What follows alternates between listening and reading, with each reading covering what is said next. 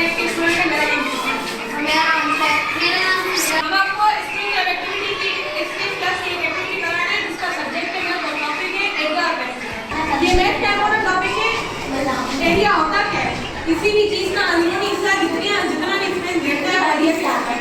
तो ये कौन सी शेप है? और अब हम रेक्टेंगल का एरिया मालूम करेंगे।